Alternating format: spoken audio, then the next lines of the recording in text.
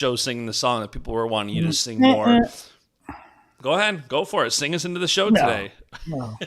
Salt and pepper.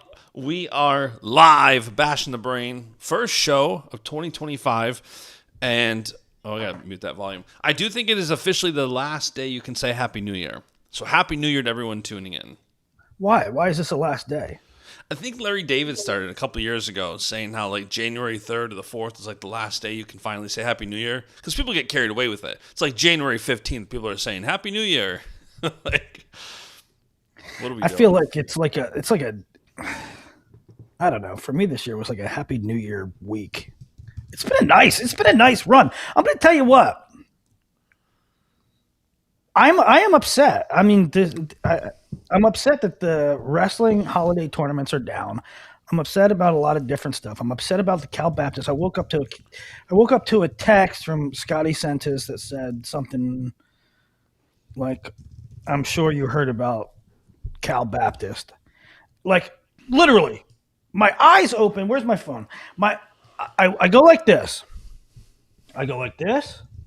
Scotty Sentis. I'm sure you heard about the Cal Baptist news. I dropped my phone. Like this is. I knew. You know what it is, right? I mean, you know what it is. You just know what it is.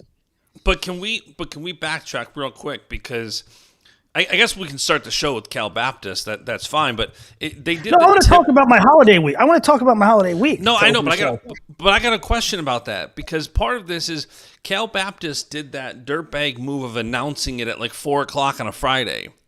So did you not hear about it until you woke up Saturday morning? Well, I've been in a... This is why I'm asking. I've been in a thing this whole week where, I mean, maybe like 10 days, where I wake up at midnight and go to sleep at like 3:00 in the afternoon, you know? And I'll wake up at 11 p.m. Your sleep schedule is worse than my toddler's. So that's what I'm getting at with this holiday week. I'm upset about the no wrestling. I'm upset about a lot of things, but it was very relaxing. I mean, frankly, it was vacation. Usually over the holiday break, usually over the holidays, it is no break for me. It is no vacation for me. It is full-on work. And really, I didn't have to pay attention to all that much. So it wasn't a job. I'll tune into the rounds. You know, I'll obviously check brackets as they happen, but there's no need for me to follow first, second round of Scuffle or Midlands or whatever, or Soldier Salute. There's no reason. I mean, I ended up seeding Soldier Salute. They asked me rather late, but I mean, it was no big deal. It was my pleasure to do so. But yeah, you didn't have to really tune in early. So on the downside, it's like, yeah, the fans don't get what they want. I mean, we didn't get what we wanted. But on the positive for me, I can enjoy myself a little bit. Usually over the Christmas break, I don't enjoy myself too much because it's nonstop. Yeah, it was a weird, like, we had a lot of wrestling, but we didn't have a lot of, like, you need to watch every round, like you said. Like, there was tune in for this potential matchup, see how Penn State's backups are doing, see how Iowa's backups are doing. It was a lot of, like, just paying attention casually. Like, we hosted Sunday Sauce yesterday, and it had a bunch of wrestling on the laptop, and it was like, you could walk away here and there. Definitely, like, we're back this weekend. I feel like this weekend. Yeah, I mean, that's one to the people, like, I will never agree. I mean, it's not that there's anything to agree with, but to the people that say like duels are superior to tournaments, I mean, that's just nonsense in determining who the best team is. But the one thing that they do have right is that on an island, a duel is much more digestible, right? When there's 3 major Division I college wrestling tournaments happening in a 6-day span, and you're in it, you're in the trenches, that's a lot. Yeah. No, I get it. Yeah. I get both sides of it. I mean, it's Cornell Kevin made me laugh. Well, I think it was Cornell Kevin. Was it Cornell Kevin or somebody posted? He was not happy about Shapiro not wrestling. Yes. somebody posted, I think it was Cornell Kevin, posted something about Shapiro not wrestling at the Southern Scuffle, and he used the Cornell logo, but the bear Was angry. was very angry. How did he do that? Probably used AI if I had to guess. He probably asked Grok or ChatGPT to make this bear look angry. I love it. I think I've said this for years. The more fans that are more vocal, the better. I enjoy following wrestling fans of specific teams to get their reactions, to get their thoughts. Cornell Kevin also, like if you don't follow him, you should go and follow him. He's Cornell @_Kevin on Twitter. He's in the chat here today. Like he keeps me in the loop with what's going on at Cornell without having to ask anybody. Like he's just, here's who's wrestling, here's who this, that. So, all right, so where do you want to start? We've got the people are flowing in. Do you want to start with the Cal Baptist stuff? Or? Let's start with the Cal Baptist stuff. So it was announced that Cal Baptist will be discontinuing wrestling, along with men's swimming and diving and maybe golf. And once again, we're back to athletic administrators and people in power saying, and I make fun of them every single time, and they deserve to be made fun of every single time, when they go, well, it's tough economic climate. No, pal, that's an evergreen excuse. It's somehow other programs have managed to keep their sports. When you lose your sports, when you have to trim your sports, you didn't do something right. That is your concern. That is your charge. That's your job detail. When you don't do it, that's a failure on you. Do not blame this nebulous, indefinable, tough economic climate. All right? You have a program that you should be proud of. I think it's up and coming. You've had some first in this and first in that, number one. Number two, you reside in a state where it has the most wrestlers of any state in America. Let me repeat. You have the most high school wrestlers of any state in the United States of America, and you are competing for those recruits with 3 other schools. There's only 3 other programs in Division I in the state of California who has the most prospects.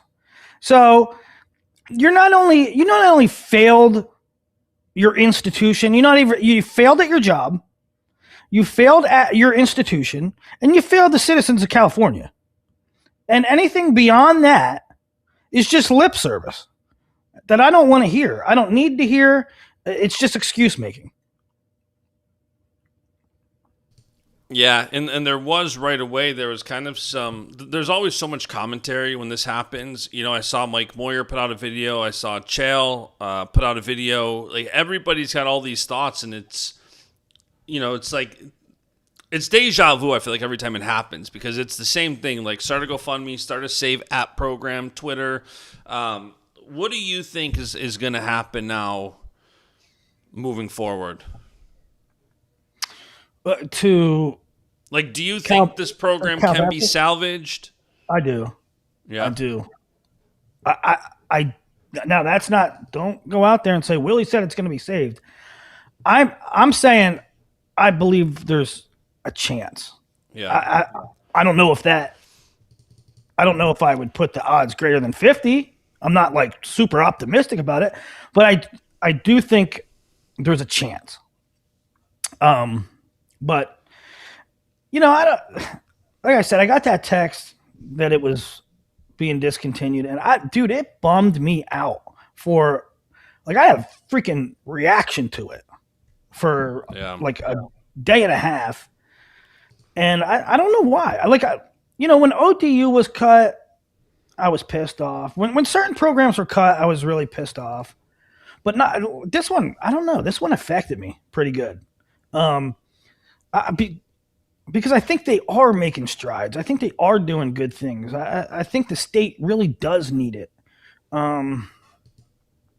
And I don't understand how it can be that challenging. And you can say I'm naive. Oh, Willie, then in this climate and Title IX and this and that and well, they're going to try to be more competitive at a higher level in a tougher conference. Yeah, give me a fucking break. I mean, listen, the University of Omaha, they were winning titles. And they cut their program ostensibly, not even ostensibly, they stated it.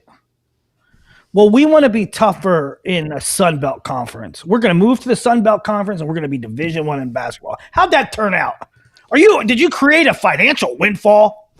Are you just raking in the money? Did your brand grow exponentially? Is the University of Omaha Mavericks now a power school in basketball? You are lying to yourself.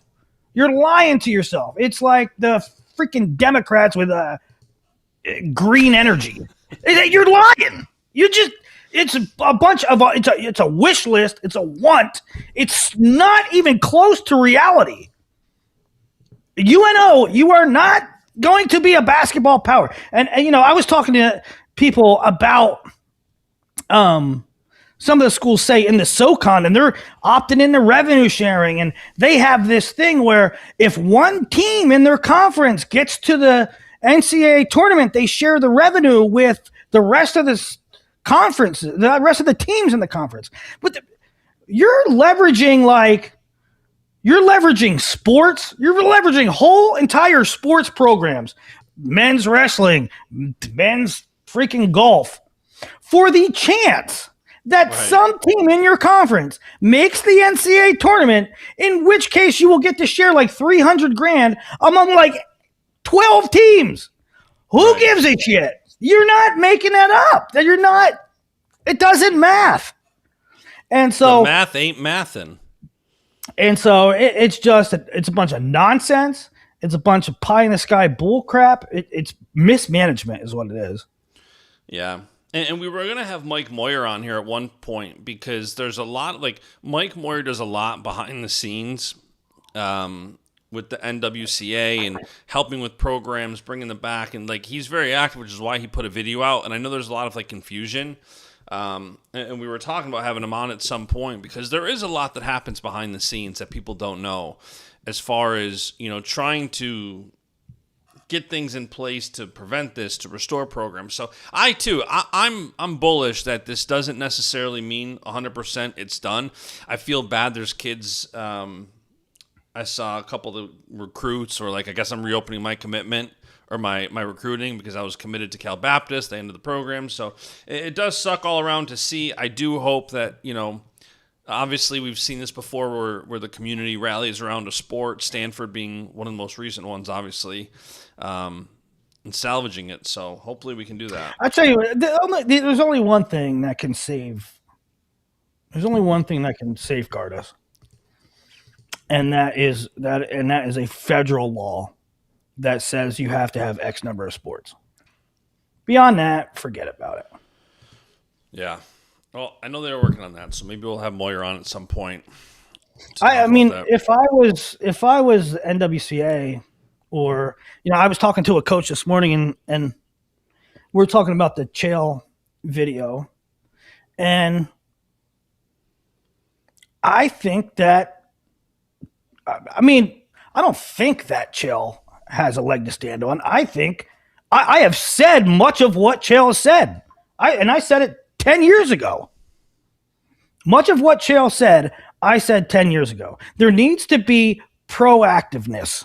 There needs to be studies. There needs to be people that are fighting. We don't get new programs granted routinely. Once in a blue moon. We're always reactive. So I'm not going to rehash everything that Chael said, and I'm not going to pile on Mike Moore. But anyway, I was talking to a Division I coach this morning, and he said, "Did you see the Chael thing?" Yes. Well, did you see Tom Ryan or Rob Cole? Did you see Rob Cole go back at him? And I said, I seriously haven't. And I still haven't. I meant to look it up after he Don and I both sent it yesterday in the group chat. That must have been when you were taking a nap. Must have been I was taking a nap. So I want to look up Rob's rebuttal, but this Division I coach I was on his phone with this morning said, "Is that really Mike Moyer's job to save programs?" To which I said, "If it isn't his job, whose job is it?" And he said, "I don't know."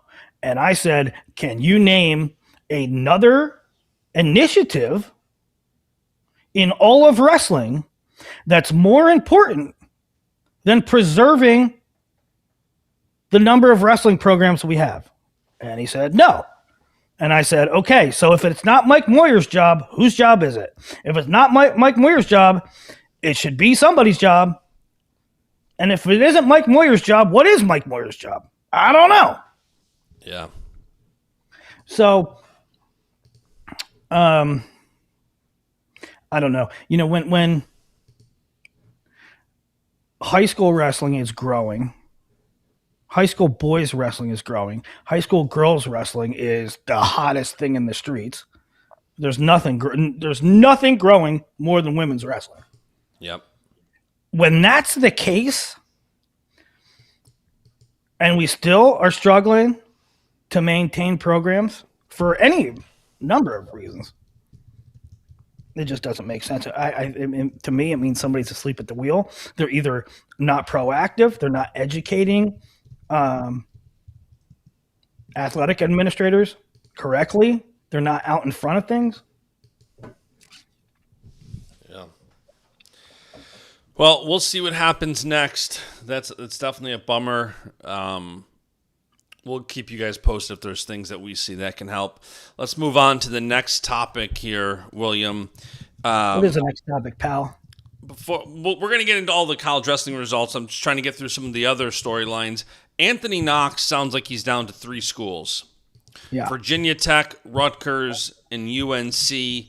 Ohio State was kind of a top 4. Like I had asked him about, making a graphic. It sounded like Ohio State was kind of out, but he said those were the 4, so I put the graphic out with those 4. And it sounds like he wants to make a decision soon. He's talking to these schools. He's having in-home visits with the coaches. He's talking to admissions to make sure he's not going to have any hiccups with admissions. But it sounds like Anthony Knox is down to Rutgers, UNC, and Virginia Tech. What are your thoughts? Yeah. That seemed to be a case for quite a while now. There was talk about Ohio State. Listen, his family wants him close to home. And I mean, frankly, there's also the issue of this court case hanging over his head, right? Now, to me, this might be distasteful to some of you guys out there. To me, a fight in the stands at a wrestling tournament, guys, to me, it's a freaking nothing burger. Things got heated. People were talking trash. They got in a scraw. Who? Okay, not great. You don't want to get in a fight. I'm saying it's a good thing, but give me a break. Well, yeah, I would take Anthony Knox on my team every single day of the week, twice on Sundays. Don't give me this poo-poo. Let's put it this way. Let's put it this way. There should be consequences. One of those consequences should not be not getting admitted into college. Okay, but there lies a problem because that is the situation at some places. Yeah. Apparently at Cornell, I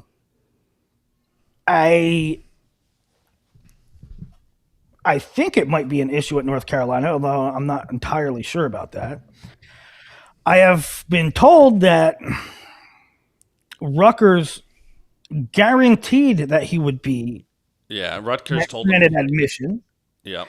But is that? I mean, I don't. Is that true? Like, did they go through the process and say, "Hey, here's this guy's transcripts. Here's this guy's situation. Here's this guy's court filings. Will he be admitted?" And the administration said yes, or the coaches are like, "Yeah, we'll get you in." No, I believe he met with the administration who said, yes, we'll let you in. But the same thing happened at UNC with Ferrari. Ferrari got in. They told the UNC coaches, Ferrari's in. He'll get admitted, no problem. And then there was some backlash, and then that's what caused AJ to have a hiccup with admissions at UNC.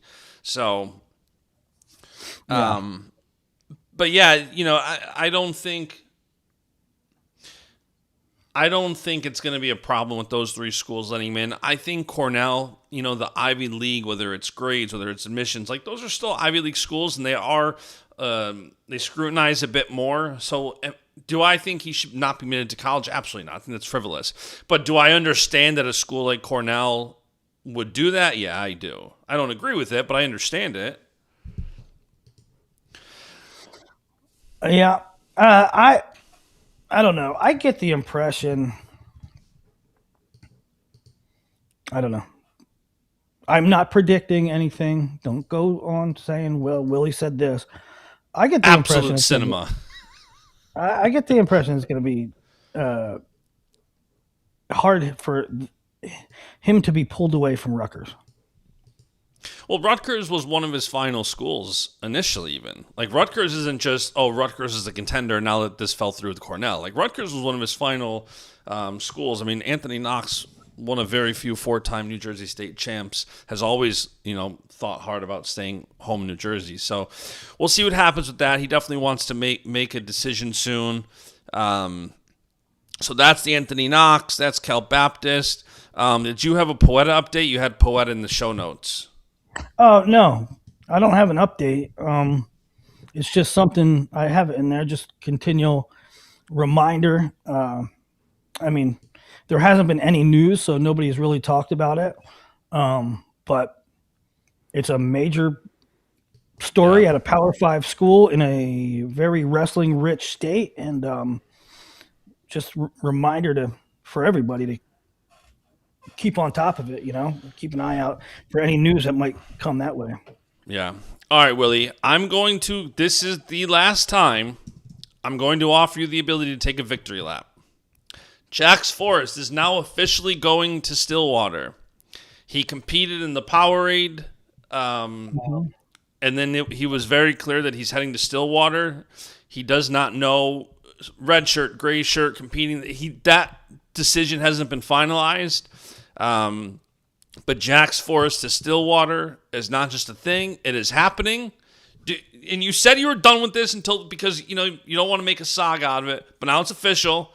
He's posting airport selfies. He's gone. He's had some like little weird social posts, hasn't he? Is that what he meant? Is that he was in an airport when he tweeted like, "What am I doing?" or "What's happening? What's happening right now?" No, that's separate. His airport selfie was on Instagram. No, his Jax Forrest. Same with a lot of these top level wrestlers.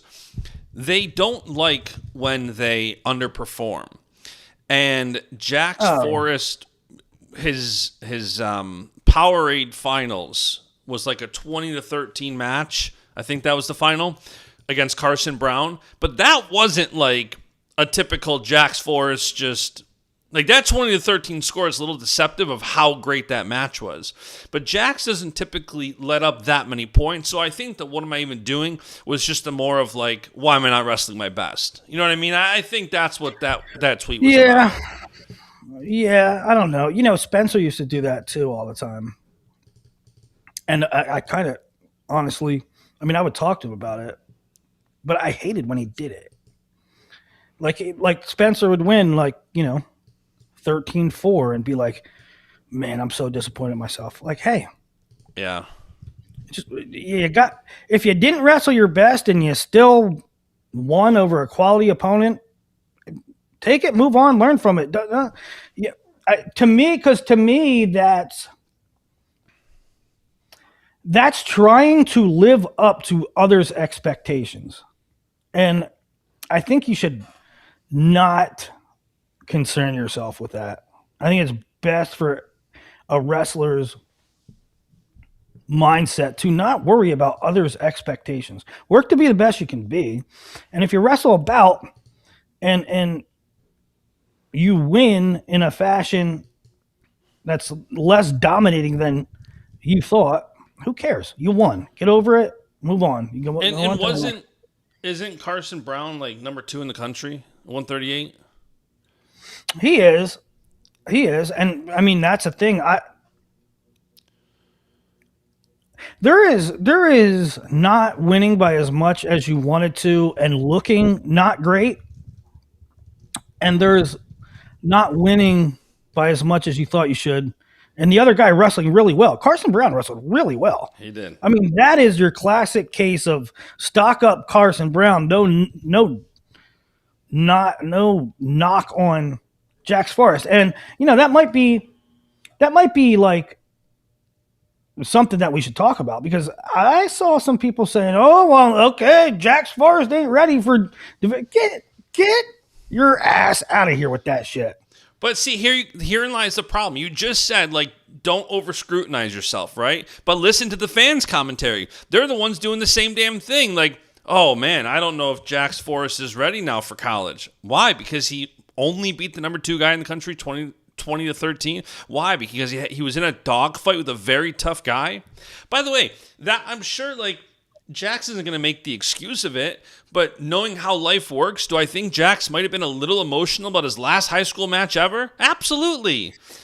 Like, let's not strip all context from the match. If you're simply saying, like, oh, if you're saying Jax didn't wrestle his best in that match, like, okay, like, let's add a little bit of context here. His last high school match ever, he's, I don't want to say a look ahead to getting to Stillwater, but, like, the guy clearly accomplished everything he wanted to accomplish in high school, and he's ready to move on. Like, I don't disagree with absolutely any of the poo-pooing on Jax Forrest, what he's going to do in college. I think I think that there's reason to be as bullish as anybody about Jax coming in.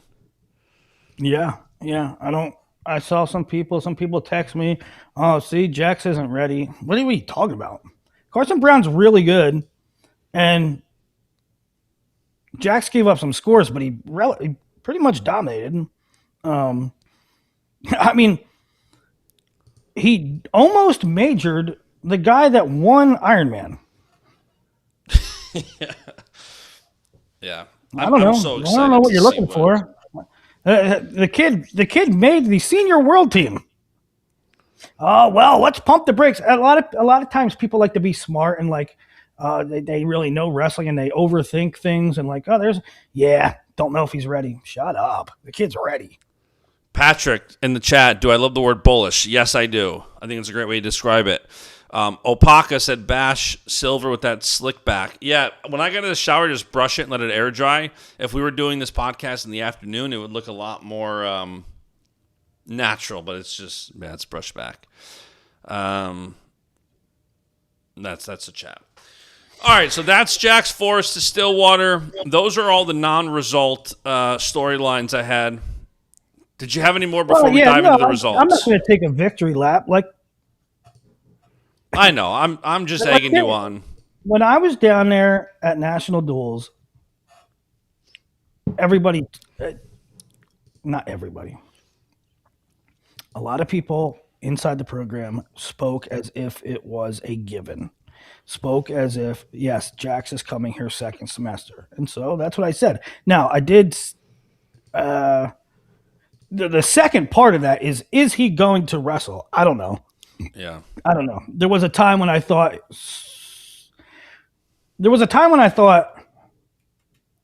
why do it if you're not going to wrestle? You are ready, so why not? They need you, so why not? So, like, all the things combined, what the hell are you going there for and not wrestling? But I don't want to knock Jax, and it's up to him, right? It's his decision to do.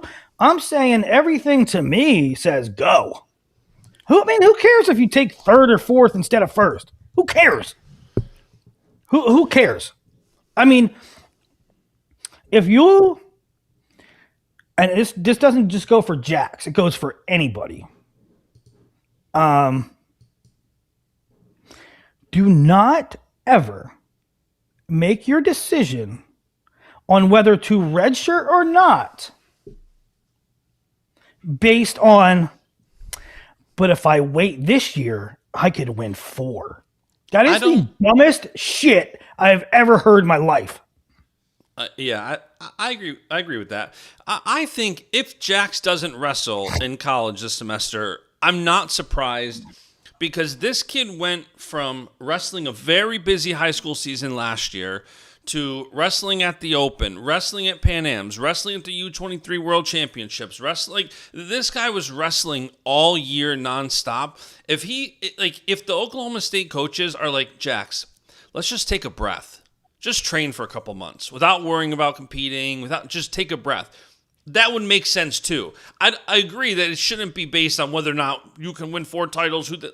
What's best for Jax right now? Whether it's just training and not competing for a couple months, whether it's competing, I think they'll make that call, but it should solely be based upon Jax and how he's wrestling in this past year, and how he's wrestling this past year. He made the senior world team. No, I'm saying he's gone nonstop. A lot of these guys, when they go nonstop like that for a year or two, they kind of want a breather because it is year round. There's no end in sight. There's no I'm assuming he's going to go full throttle on the freestyle scene again this year. So if he goes right into the Oklahoma State room and starts wrestling collegiately, he's going to be going right into the freestyle. I get when these guys take a little bit of a break. That's a lot. What are you shaking your head for? What do you want these guys to wrestle 100, 150 times a year? Just never all I'm saying is they do when they're in 6th grade, and then they get burned out. And then they wrestle 4 times a year by the time they're 27. Yeah, okay, that's the point. They wrestle a million matches in shit that don't matter. Why don't you wrestle in things that matter? How about the things that matter? Why don't we handle that? I agree with that. No, I'm only saying all I'm saying is, would I be surprised if they said, let's take a breath, let's not rush you into the lineup? I'd understand that point of view. I understand it too. I would understand it too. I understand if Jax doesn't go, I don't think if Jax doesn't wrestle for the team this year, I don't think that is craziness. Yeah. But I do think, why not? Why not? He literally if you're Jax Forrest, how do you not have the utmost confidence? Look at what Marcus Blaze is doing. Look at what Ben Davino's doing. I beat those 2 guys. I beat those 2 guys this year to make the team. What more signal do you need that says I am ready?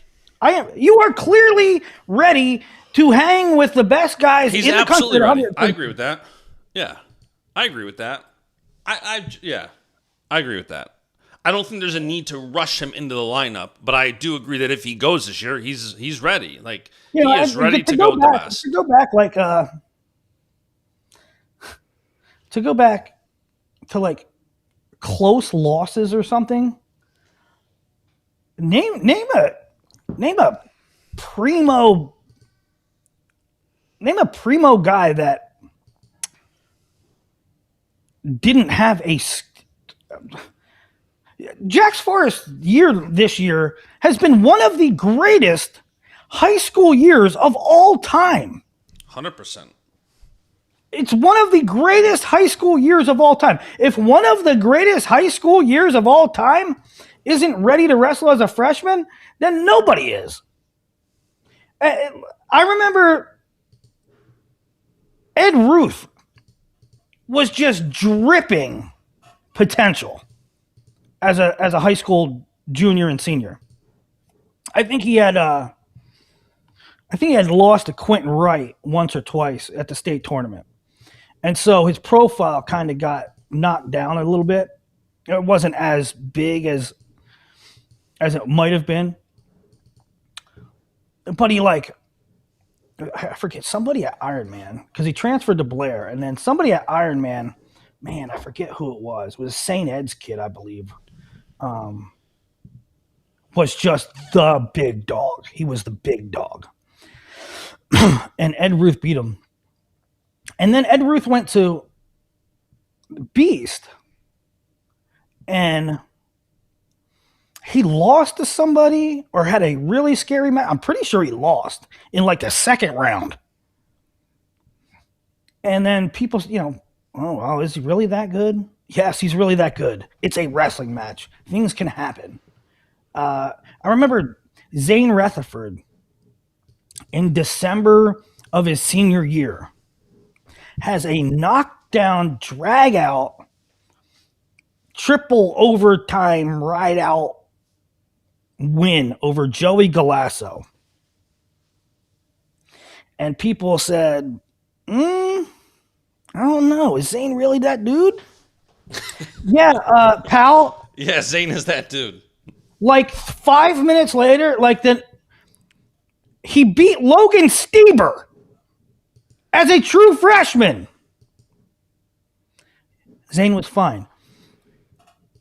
Jax Forrest beating Carson Brown by 7 points is not a signal that Jax Forrest is not ready. You're being an idiot. Agree. All right, William. Let's talk some college wrestling. Let's really do it, bud. Do you want to back up? You want to back up to Midlands? Because we did not do a second show last week, and Midlands kicked off the week. Midlands was kicking off just as we did our show last week, I think, because that's when you dropped the nugget that I'm drawing a blank on his name. Cuban entering the tournament for Cyclone RTC. Oh, yeah. Ortega enters a tournament. He was fun to watch. He was fun. That was arguably the most interesting way to the tournament. Yeah. Let's go over. The first thing. What do you say? The first thing about Midlands was, I am not here to knock Midlands. I'm not here to knock any tournament. I love Midlands. We love Midlands. I'm a wrestling purist and a wrestling historian, and I want Midlands to be the best it's ever been and the greatest. And it gives me no pleasure to say how bad the Midlands was down, but the Midlands was down bad. There were top seeds. The top seed at heavyweight, I have never heard of. The top seed at heavyweight, I have never heard of. What was his name?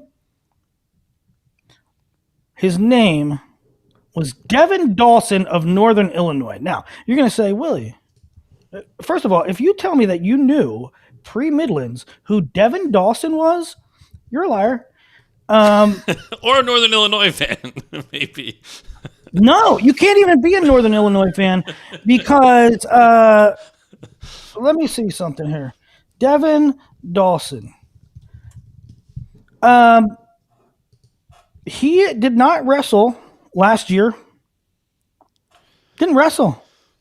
His record coming into this season, in his career, he did 1 year at Pratt Community College. He did another year at Pratt Community College, in which he did not wrestle any Division I opponents at all. And then he went to North Dakota State last year, where he went 9-14 against Division I opponents. He has a career record of 25-18. That's including non-Division I. If you knew who this was in his first year, that's also including 4 wins from the Midlands in that number. So he was like 21-17 heading into the Midlands in his career. Yeah, he was the top seed at Midlands. And that's just not something that happens, right? This is not your grandpa's Midland stuff. So that's a preface to what we're getting into. Blake West over Tyler Chappell in the finals have 125. Aaron Seidel beat Ortega. After Ortega, who was the top seed? Ortega beat somebody early. Pulling it up right now. Who was it? Ortega beat somebody early, and then that's when you kind of knew, like, okay, this Ortega guy can wrestle. Aaron Seidel, by the way, maybe the performance of the weekend. Yeah. Or yeah, of the tournament, rather, sorry. And so Seidel beats Ortega by pin. He pinned Ortega beat Matty Lopes, who was the 1 seed. He majored him 13-4 in the quarters. Right. So at that point, you knew, like, okay, this Ortega kid can wrestle some folk style. And he did wrestle folk style. He did wrestle really well. And the issue that always, the question that's always the question with these freestylers are do you have the feel top and bottom? And yeah, probably one of the worst people to be a Cuban freestyler and to be underneath is Aaron Seidel, because that dude is nasty on top. Seidel, I understand that Dylan Shawver's down a little bit, but Dylan Shawver's a Big Ten champ, and Seidel teched him 17-0. These freshmen, every time there's like a great freshman performance, another freshman pops up lately. Hold my beer. Like, I thought Seidel looked absolutely awesome this year, or this weekend. And not to go, I mean, let's go back to Jax, right? He beat Seidel twice, and Seidel's out here teching Big Ten champs. Yeah. You know, this bracket was pretty good though, all told. Seidel over Ortega. Sean Spidell, who I think was a 2 seed, beat Isaiah Cortez for 3rd. Marcel Lopez, who, if you haven't been paying attention, Marcel Lopez from SIUE, he's been having a really good year. He was a 4-timer in Iowa, and one of those kids that you thought might be like a 125 lifer, or maybe he's too small for 25. Well, he's up at 33 and he's having a really good year. He beat Gabe Wisenhunt 3-1 for 5th. Shawver over Markel Baker for 7th. Yeah, and then some of these brackets, there's not a lot to talk about in some of them. Somebody in the chat said, where did Forrest beat Blaze this year? Blaze beat Jax at the Olympic trials. Not sure Jax has beaten Blaze. No, but he did outplace him, right? They were in the same bracket. So you get what I'm saying. All right, 141 at Midlands. Elijah Cortez beat Santaniello. Gorman was 3rd, Chappell 4th, DeCraker 5th, Porter 6th. Not a bad bracket. 149, Colin Guy won the whole thing. Beat Michael Joffrey in OT in the final. Sergio Lemley was 3rd, wrestling. Sergio Lemley has been wrestling 49 all year. He beat Andre Gonzalez of Cal Poly for 3rd. Ethan Miller 5th. Ninninger 6th. That was a default in the 5th place match. Maddox Shaw beating Owen Renzel for 7th. A lot of people have messaged me about medical forfeits in all the holiday tournaments, and there was a plague of them. Maybe I'm desensitized now. I was like, yeah, that's what they do. Yeah, well, I also feel like for the holiday tournament specifically, I feel like guys are just going to get matches. Backups are going, 3rd strings are going, guys coming off injury are going. Like, it seems like so many of these guys I don't know why some are medical forfeiting. I'm not saying like, oh, they only want one match. Like, I do think there's also some injuries. I know, we'll get to Scuffle in a minute. Nagao wrestled a close 4-0 match in the medical forfeit out of the tournament. And like, I suspect that Nagao didn't go to the Scuffle just to wrestle one match. I think he's trying he's trying to come back off of injury. I think he wrestled that match and just said, I'm not there yet. So I do think there's some legitimate cases where, people are injured. It's tough because there's such a lack of transparency in the sport that we don't know. We're just kind of left guessing which ones are legit, which ones are just a guy only wanting 2 matches, whatever. I mean, it is frustrating that you don't know the status and you don't know how hurt everybody is. Um, that's sort of frustrating. But I mean, you can also use your brain. Uh, you can also read the room. Like Nagao has been hurt for 3 years, and he came back, and we saw him on the mat, and we saw him get hurt. Yeah. Same thing with Josh. Same thing with Josh Barr. It's not a mystery. We saw the match. We saw the match at Worlds where he gets hurt. It's not a mystery. That dude got hurt. And so for Nagao to go to Scuffle, wrestle one match, and then default, I'm saying that's not a thing where it's like, yeah, I got my work in. I don't think that's like something ain't right. Yeah. And the Scuffle had, I think, 5 of the 20 semis were medical forfeits, which is bananas. But yeah, and the ones that I don't get though, to me, like it's a real downer. And I guess I offend everybody equally because like I'm not here to offend anybody. I'm just calling to see how I tell you how I feel. I love Carter Young. But to see him forfeit in the semis, to me, that's a bummer. I mean, these are Scuffle semis. I don't know. Just rubbing me wrong. No, I know. And again, we don't know. Like, Lucas Cochran, we'll talk about Scuffle in a minute. Let's finish Midlands. Any other highlights at Midlands before we move on? Well, let's just go through it because I think we owe them the respect of talking about it. Dylan Evans won 157 over Bryce Lowry. Hare took 4th. Cal Miller was 5th. 165, Ethan Braeden had a couple really good wins. Early, he beat Chittum, who did not place. He beat Barbosa in the finals. Who beat Burton? Did Burton beat Burton as well? Or was Burton up top? Did Burton beat Burton as well? That's a tongue twister. I don't know. I didn't see that weight.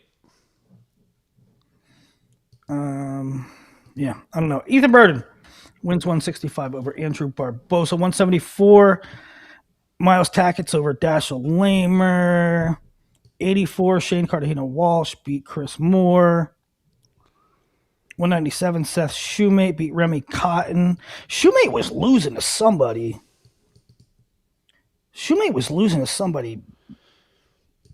Big and late in like round 1 or 2.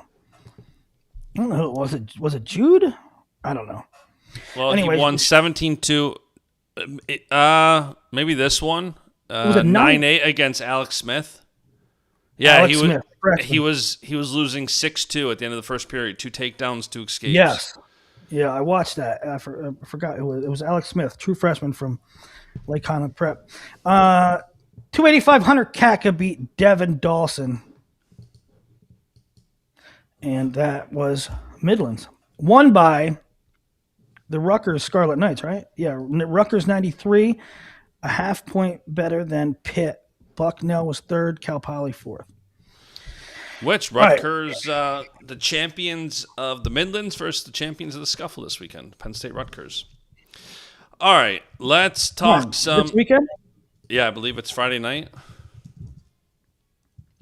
Let's talk some Soldiers Salute, which I had some Iowa fans mad at me because we talked last week about, we said on the show, it sounds like Iowa's not sending all their starters. Maybe one, and that's what happened. And I tweeted out once they put out who's going, I said, I don't understand what the point of the salute is anymore. If you're not sending your starters, wouldn't these guys be better off sending troops? Wouldn't these guys be better off sending their guys to the Scuffle or the Midlands? Because it's not just Iowa. Then you're at this point, we have 3 dead holiday tournaments. Why not combine 2 of them?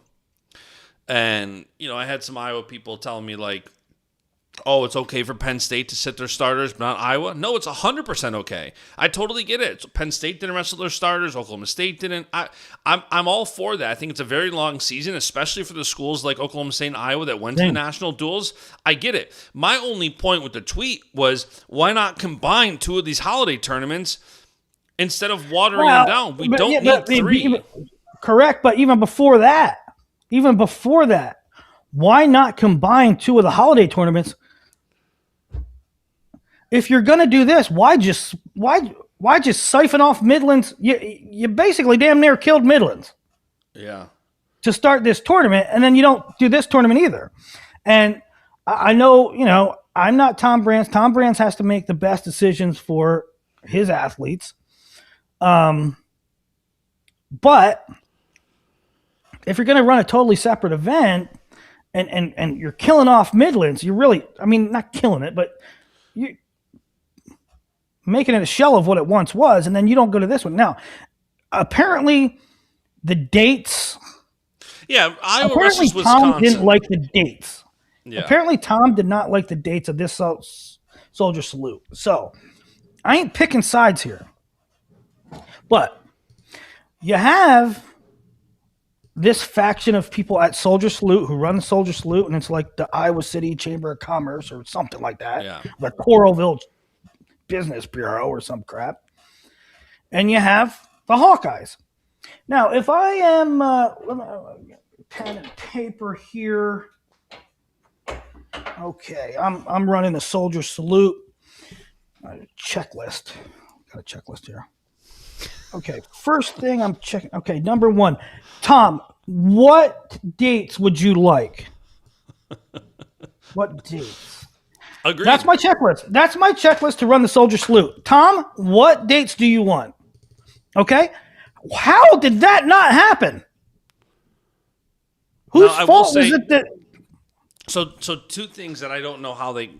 Just to bring it up to a level playing field. Number one is I don't know when the Wisconsin-Iowa duel got scheduled in relation to when the Soldier Salute got scheduled. Number two, Brands is so funny in his press conferences because he kind of gets to where you want to hear, but he says goofy things along the way. He's like, we dealt with some internal things and it's none of your damn business. But then he also says, we want to get Soldier Salute to what it should be, and we want to have our full team here moving forward. So you got to think, if not this year, next year, they're going to do that checklist I took a nice screenshot of and say, guys, what's the date that needs to make sure, if we have to schedule a Soldier Salute before the Big Ten schedule comes out, what's the date that makes you confident you can send the whole squad? Yeah, that's my first question. My first question is, when is Soldier Salute? Tom, give me the dates that you want to wrestle a holiday tournament, and that's when the Soldier Salute will be. You cannot have... one of the main guys at Soldier Salute is Luke Eustace, who worked on Tom Brand's staff for 10 years. So I don't know how they could be... Soldier Salute does not work without Iowa. So why was there conflict in the dates? I don't know. And not only, I don't know if people... The health of the event not only left no Iowa Hawkeye men's program. They didn't have a women's. Yeah, women's can't compete. I think it was they can't compete if it's second semester. There was something. There was some logic. What I read was that the girls have national duels in 4 days. Yeah, there was something. There was something there. So, I don't know. All right, what were your biggest takeaways from the Soldier Salute?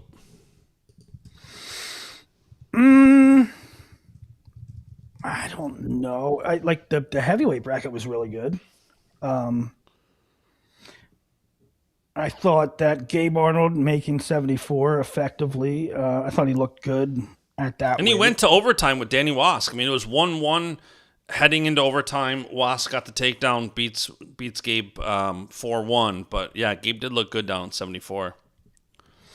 Yeah. Iowa fans are not happy with Nasir Bailey. He faded late. He was up like 4-2, I want to say, with 2 minutes to go. And then what was that? All right, well, let's go real quick. 125, Mauger beat Terrakina in the semis. Sebastian DeGennaro took third. He is a true freshman from Florida for Oklahoma. He's having a pretty good year, and he continued it here, taking third over Guanajuato from South Dakota State, who himself has having a pretty good year. Joey Cruz lost to somebody. Joey Cruz took eighth. It seemed, I don't know. I guess, why am I talking about Joey Cruz? I don't know. I just think he's much better than that. 133, Ethan Oakley in North Carolina beat Gage Walker of Missouri. Gage Walker, another true freshman from Bixby, Oklahoma. He's at Missouri now. So Gage Walker taking second, and he also having a really great kind of under the radar freshman year. That actually goes into, somebody tweeted at us to do a freshman of the year so far. All team freshmen. Yeah. Segment. And I'm not by any means saying Gage Walker or Sebastian DeGennaro are going to make the all freshman team, but they are performing really well for true freshmen.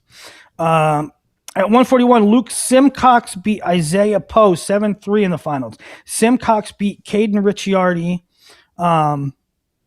in the semi, and that was sort of a seeding dilemma for me. No, it wasn't a dilemma. I was sure in my reasoning, but Simcox is ranked higher than Ricciardi, but Ricciardi beat him this year. And so, but I went with Simcox because Ricciardi had other wonky losses. Anyway, Simcox beat Ricciardi in the semis. Isaiah Poe beat Nasir Bailey. Yeah, and Bailey was up like 4-2. He had the lone takedown. Actually, then he was up 4-2 in the third period, and then it got ugly. Stalling penalty. Isaiah got 2 takedowns in the third period plus near fall. Two penalty points. It got ugly. Bailey faded late there. Well, I think that's a bad sign. Not just that you're fading, but I didn't like the body language. It was almost like, yeah, I don't really even want to be doing this. That's what it looked like to me. Yeah. And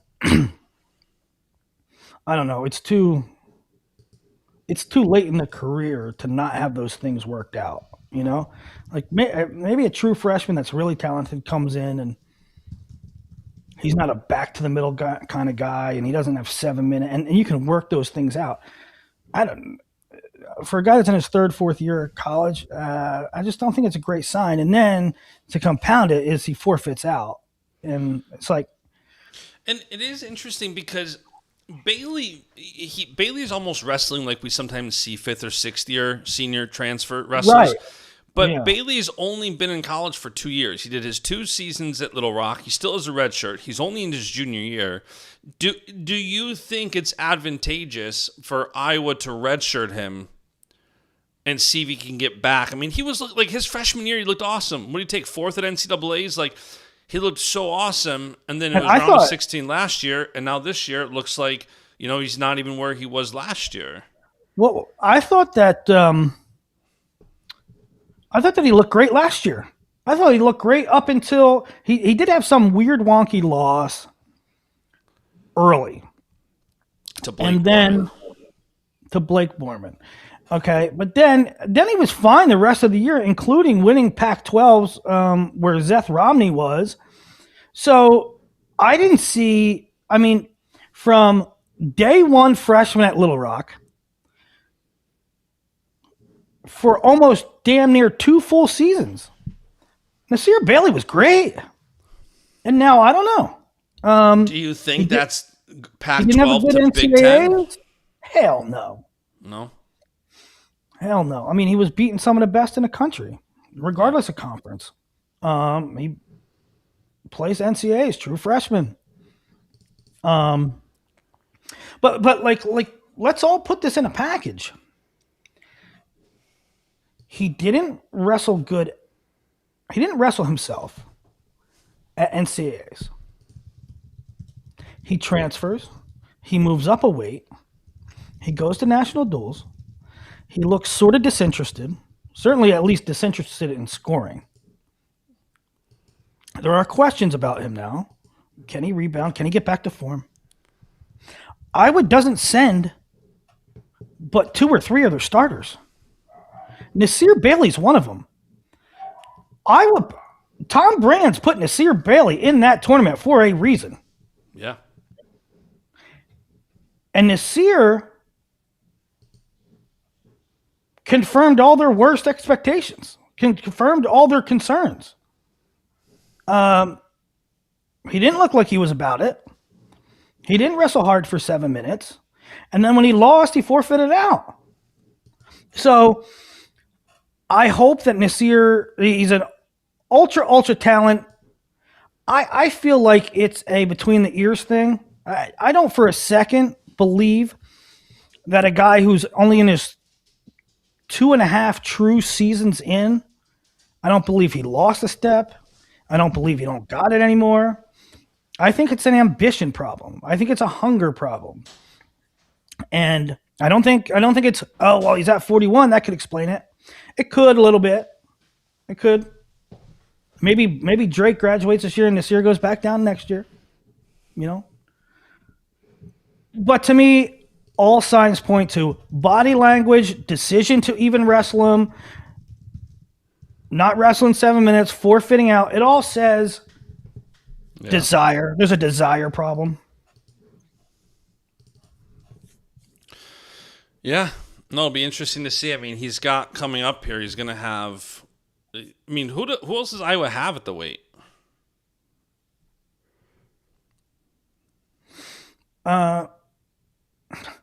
Now, Patrick, I don't agree with Patrick here. And Patrick often has some good points, but I think Nasir is having issues transitioning to Big Ten Iowa schedule. He lost to Isaiah Poe.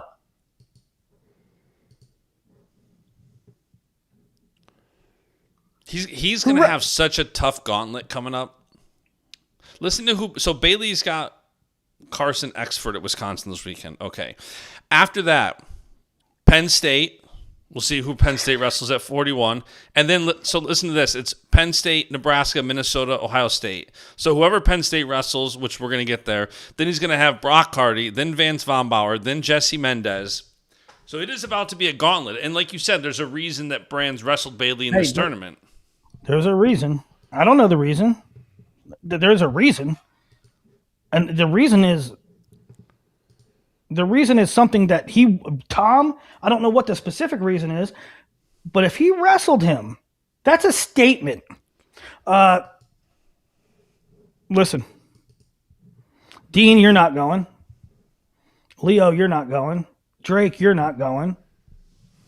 Kennedy, you're not going. Caliendo, you're not going. Nasir, you're going. Jordan, you're going. The reason is that he wants something worked out. He wants something worked out. What that is, I don't know, but there's a reason. So yeah, it'll be interesting. We bring up the Big Ten schedule, boy. There are some gauntlets coming up for some kids. Yep, and that's one. The teams like Nebraska, Ohio State, Penn State, Iowa, they all duel each other. Ohio State, they all duel each other. And so, like, the road for some of these guys, the upcoming schedule, like, look at LJ Araju, who lost in overtime this weekend to Ryder Downey. That's a match he really needed because his upcoming schedule is like Mitch Mesenbrink, Mikey Caliendo, Patty Gallagher.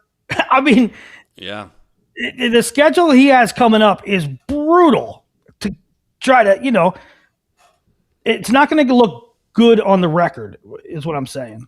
Even Seton Hall Pirate put out a tweet that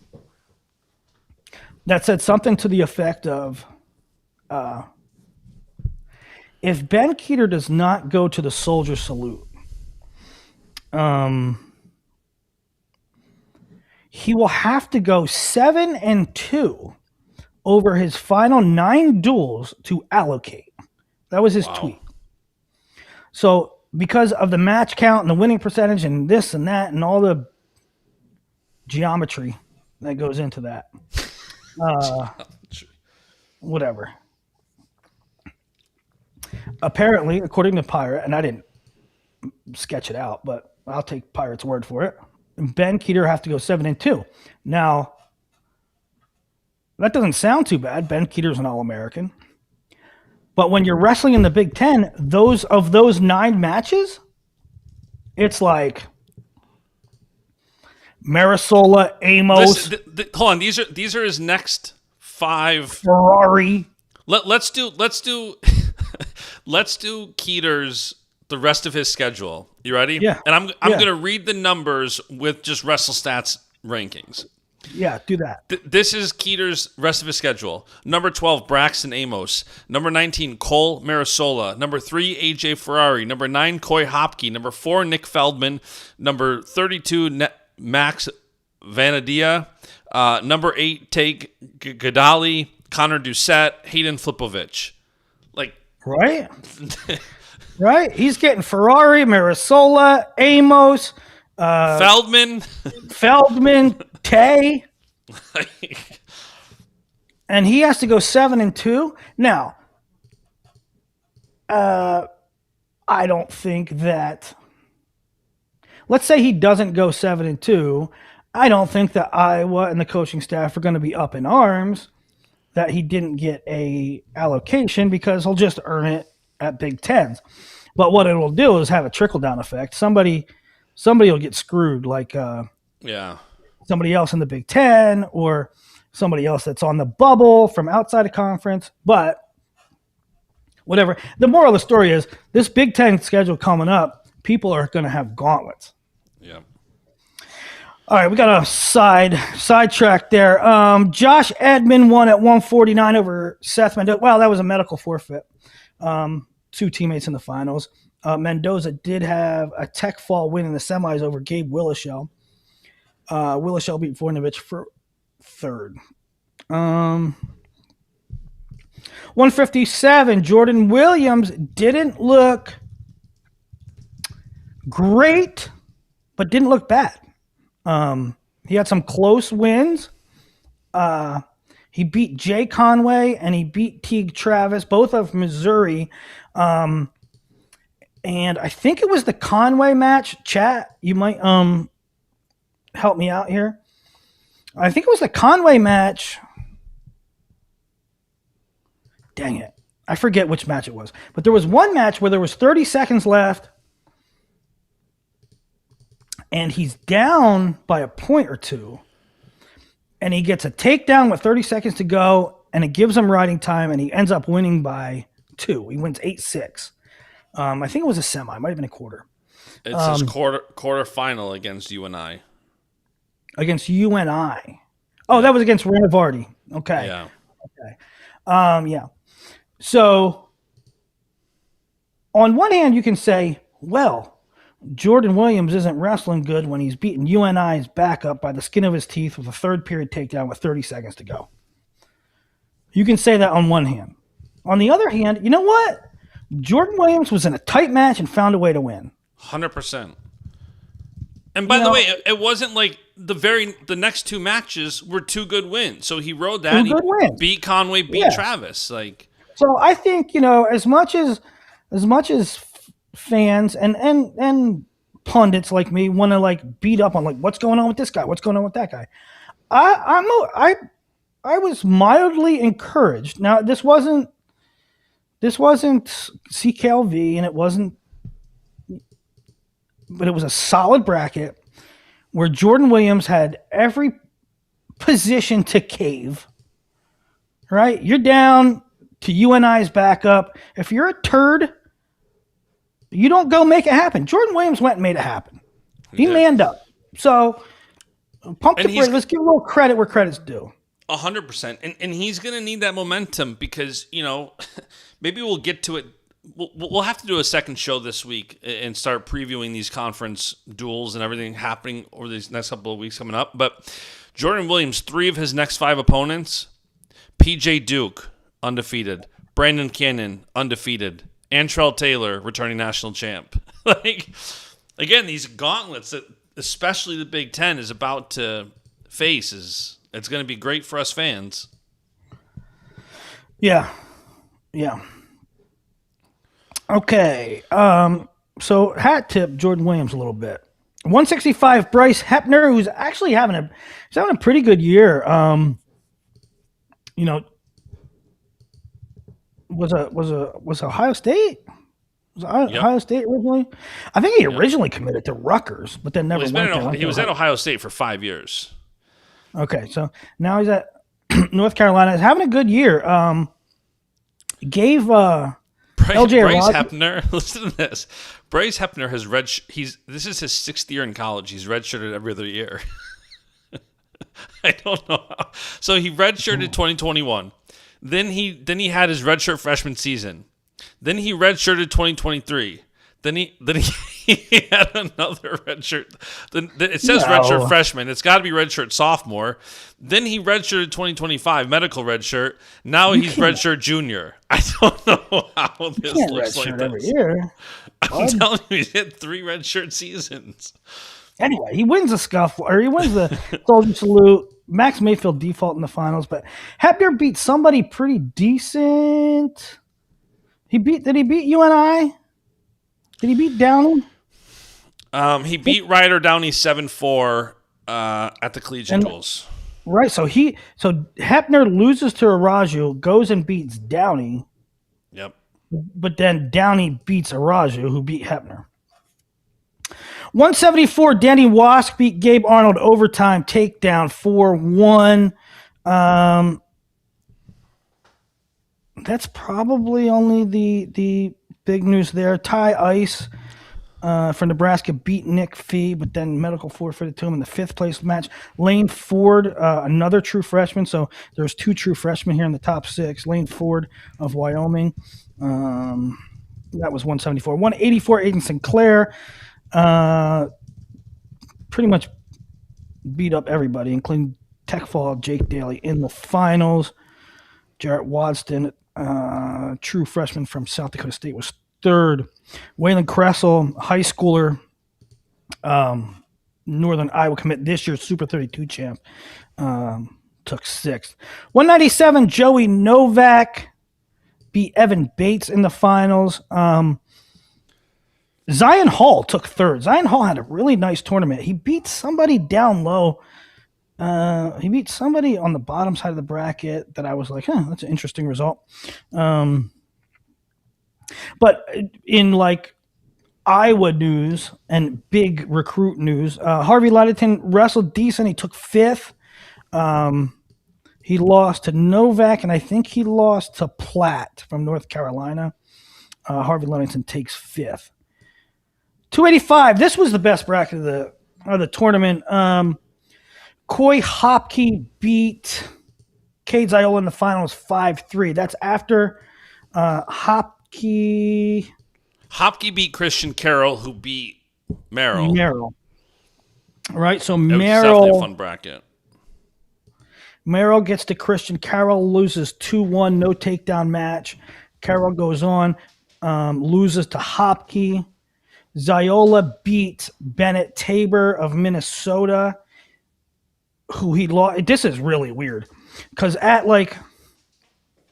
Daktronics, Ziola beat Ziola beat Hopke and lost to Tabor. Here, he beats Tabor and loses to Hopke. So figure that out. Merrill, after losing 2-1 to Christian Carroll, did not wrestle, and I'll tell you why. apparently California does not let high school wrestlers compete on Sundays. Really? Yeah. So I knew going in, like, whatever happens, it doesn't matter if Merrill. It doesn't matter if Merrill makes the semis or not. He ain't wrestling day 2. Yeah. California rules. California rules. And that, my friends, is the Soldier Salute. Now, let's talk about the final holiday tournament. The Southern Scuffle, Chattanooga. Penn State does Penn State. And they go 16-0 asterisk in the quarter, semis, and finals. And that asterisk is that Lucas Cochran did not wrestle his semi. Apart from that, they went 6-0 in the quarters, 5-0 in the semis, 5-0 in the finals. Wow. Their backups won the tournament. And it's not, again, it's not, this wasn't 1998 Midlands. I mean, it wasn't the greatest bracket in the history of the world, but it wasn't CKLV, but it was solid, and these are backups and young guys and backups, so it's pretty impressive. And two, like, it's pretty impressive to win by 20 points and going 16-1, and it's not your A team. And it's funny. It's funny the way it worked out, because where they did have their A team was Josh Barr, and Josh Barr still had the number 3 guy in the country in the finals. So even Josh Barr had Stephen Little. We had a number 1 versus number 3 in the country in the finals, and I mean, we can go weight by weight if you want, but Josh Barr, Stephen Little was a 4-1 overtime win last time, and now Josh majors him 9-1. So, dude, Josh is a problem. Josh is a problem.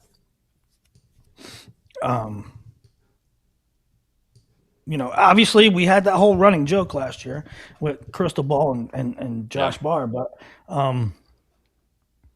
that dude, he's just packing on points. He's just dominant.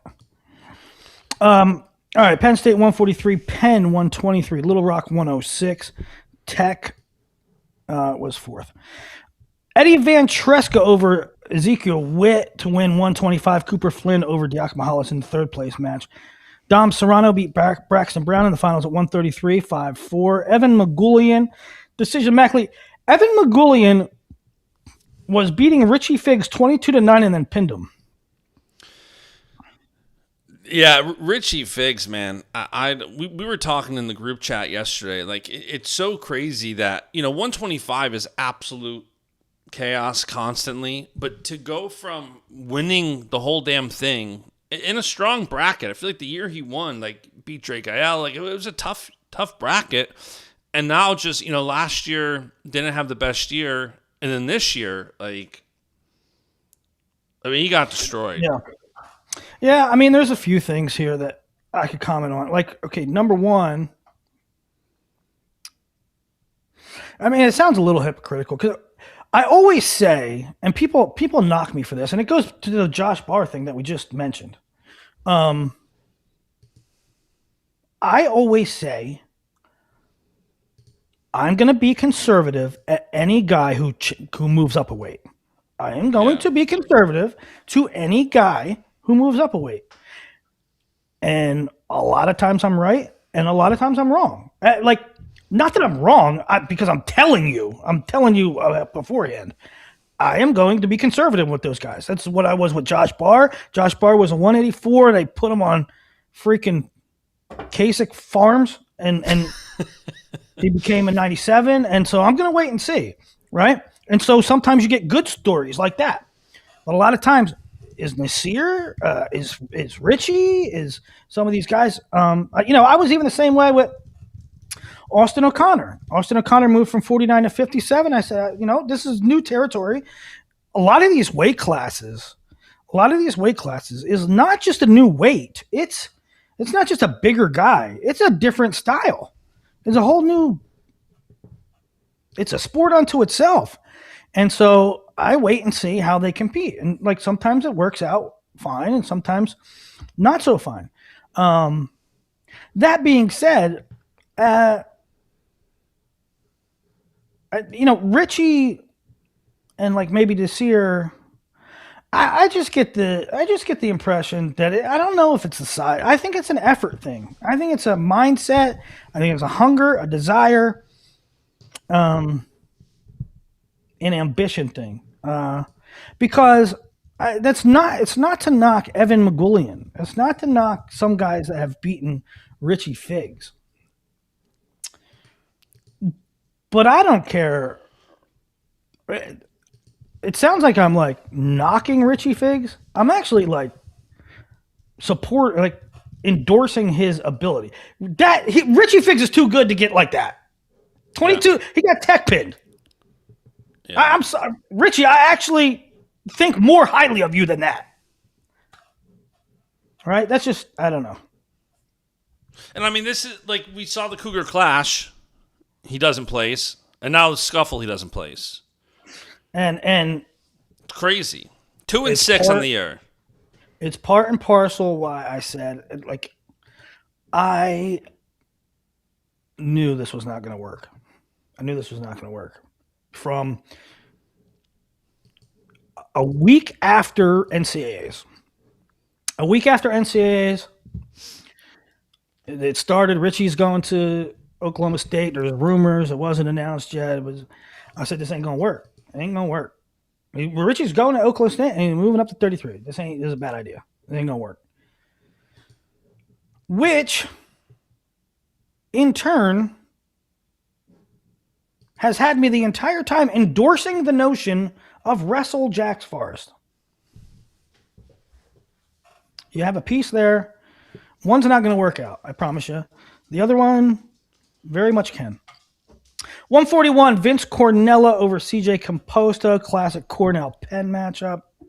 7-2. Good to see Cornella back wrestling good. Tom Crook was third. 149, Connor Pierce of Penn State beats Brock Herman. Who beat Wesluski? Herman beat Wesluski? No. Carter Young beat Wesluski, correct? Mm-hmm. Carter Young beat Wesluski, but then forfeited out after reaching the semis. Joe Seeley over Zepeda late. What a fun match that was. Duck under type thing. Zepeda's going to be so fun next year. And I'll tell you another thing. I thought, Pat Pop comes from that Oklahoma State tree where he puts guys down. He sucks you down, right? You go to NC State, you're probably cutting.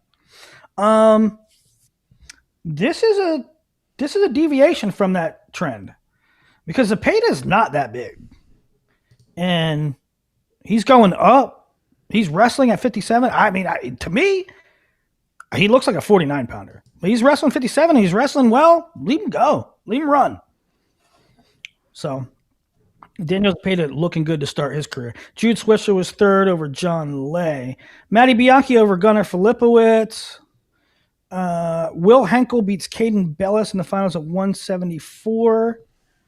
Asher Cunningham over Caleb Campos at 184. Asher Cunningham is a dog. Yeah, putting up a lot of points. Yeah. 197, Josh Barr. Majors, Stephen Little. That's a lot of points to be putting up over Stephen Little, a guy that never gives up a lot of points. Look at Barr's entire tournament. Barr starts off with a tech 18-2, 20-5 tech. What? He comes back from injury. You don't know how these guys are going to go, and you go 5-0, all bonus, including majoring the number 3 guy in the country. Shut up. It's the only one that matters. Jimmy Mullen over Michael Gasper in the finals of heavyweight. That's it for the big tournaments, the big holiday tournaments. You want to round out with some other duels because we did. Yep, let's go over the weekend of duels. Drexel over Purdue. Purdue over Rider. Ohio beat Bloomsburg. South Dakota State beat Arizona State 24-14. Julian Tagg beating Pearson Manville Caleb Larkin over Alec Martin. Columbia beat Long Island. Nebraska beat Northern Iowa 30-6. Trevor Anderson and Alan Kaler. That was a pretty fun match. Van D beat Farber. Hardy over Land. Lamer over Basil. Downey over Araju and OT. Minto over Sima. No Wyatt Volker in this one. No Ferrari either. Harley Andrews over Adam Aronson. 16-7. Sunday. Lockhaven beat Binghamton. Princeton beat Hofstra. Lockhaven beat Princeton. Bucknell over Long Island. Iowa State in a fun one. Beat Stanford, who's like, 20-something in the country? Iowa State's number 3 in the country, beats them by 2. and this could have went in a million different directions. You could say for each team, like, well, if we had this guy and we had that guy, and if this match went this low, so Provo wins. He beats Perryman. No Poulin. Tyler Knox, and by the way, I think Poulin's like Poulin might be out for a little bit. I don't think this is just a one thing. I think he's pretty hurt. Knox over Mesa, so also no Frost. No Evan Frost. At 133. Who also might be hurt pretty good. Anthony Etchemendy over Consigli 11-1. Good win for Aiden Valencia 4-3 over Jacob Frost. Cardenas over Nactaborn. No. Who am I looking for? Hunter Garvin. No. Iowa State's 57. No, Iowa State's 57. I'm just naming names. I was scrolling up. I didn't hear what you were on. Well, 57. Cardenas beat Nactaborn. Uten beat Hansen. So no. There's your 57. No, MJ Gatan. No. Gatan's 65. Gatan's 74. I'm looking for Iowa State. Iowa State's normal 57. What am I looking for? I don't know. I'm Chat. drawing a blank. Chat, who's Zerbin? Vinny Zerbin. Vinny Zerbin. Thank you, Patrick. MJ Gatan. Oh, man. It's Monday. Thank you, Patrick. Although, Patrick, with your comment before that, stop. What was the comment before that? Asher Cunningham, unfortunately, will be a 0-time national qualifier. I'll take that bet. I'll take that bet. He said Asher Cunningham, unfortunately, will be a 0-time national qualifier. I will take that bet. Patrick's on one. Did I previously scold Patrick? Who did I scold pretty bad one time? He's having a day here. You think Figs will be at NCAAs or bow out like Sasso? How can you put Richie Figs and Sammy Sasso in the same bucket? Don't do that. The man got shot. Okay. Back to Iowa State, Stanford. So Cardenas, no Zerbin, wins. Uten, no Garvin, wins. Riggins, no Gatan, wins, beats Guffey. Isaac Dean wins. Also no Lorenzo Norman. Just half lineups here. And then Younger Bastida with Iowa State down 15. 7. Yeah. It's 18-15. Younger gets a tech, and the Cyclone wins. Cyclones win. Zach Bobo's happy. Ohio State 41-3 over Oregon State. Rademacher in OT over Geog. Don't skip over the match of the duel here. The storyline of this duel here is Nick Bouzakis off the scale, getting a 19-4 tech, and that he just looked. And Maximo's like, he's had an awesome start to the season. He really has. He's what? Maximo 13-1 heading into this match. His only loss was to Strickenberger at Cliff Keen finals. CKLV finals. And in a match he really was right in. So yeah, it was an 8-6 match. And Bouzakis comes out and techs him 19-4 off the scale. 2 hour weigh-in. Yeah. That was an awesome. I mean, that was graphic worthy. I said, what a contender at 125 when you have that. That was a huge win for him. I hope we see Bouzakis at the rest of these duels. I hope they don't start, because I know Ohio State has options at 125. I think, was it last year? They're constantly, changing guys, but the opposing 125-pound opposing opponent for Ohio State will be great the rest of the year. There's so many great matchups. You know what? It's a good point. Okay, so all year Willie has been saying, okay, Bouzakis, but he weighed in at 10 and he didn't wrestle till 4. Okay, so here's a test. He passed. He beat a very good quality opponent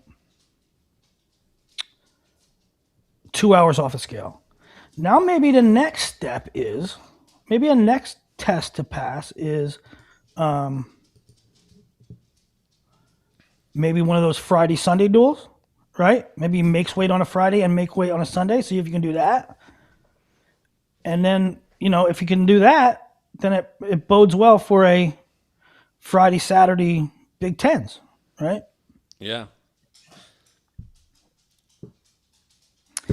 Patrick asked what season of Asher Cunningham. He is a true freshman. He won Super 32 last year. Somebody asked for some high school stuff. Let's talk a little bit about Powerade if you want, Bash. We can run through. I don't know if we... Give me some storylines. Give me the golden nuggets. I watched a little bit of it. I saw the Bassett's were not there, and there were some questions why. I heard the whole family just had the flu. That was it. Well, Keegan also didn't wrestle. So Keegan had a growth spurt, man. So he's also going up in weight, yeah. Yeah, Keegan won the world team spot at 99 pounds. And I always say, the cadet trials are in freaking April. And then they don't wrestle at Worlds till August or something. July, August, sometime September. And that's a long while to hold the same weight when you're at the most growing stage of your life. Mm-hmm.